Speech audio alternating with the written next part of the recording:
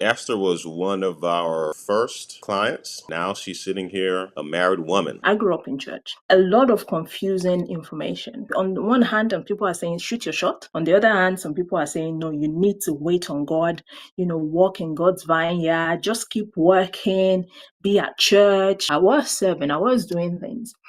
But the church I was going to, there weren't that many people, many men that were eligible bachelors. But then somebody else would say, oh, just go walk on the streets, go to the shopping mall, somebody will holler. And I'm like, ain't nobody hollering, what's going on here? So it's really almost a desperate situation, although I wasn't acting desperate. It was painful because, again, African background, you're almost 40. What are you doing with your life? And it was just like, okay, I don't know what else. I didn't know what else to do. And I didn't know what I was missing or what I wasn't doing. I think I know now that what I lacked was strategy, but I did not know any better.